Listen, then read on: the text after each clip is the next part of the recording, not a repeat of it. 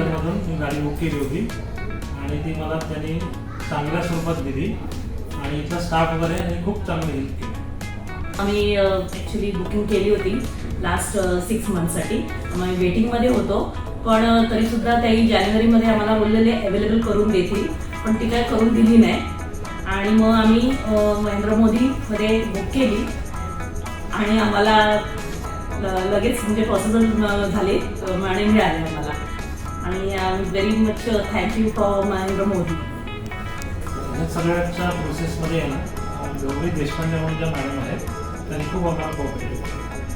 त्याच्यासाठी special thank you thank you. Thank you thank you. Thank you.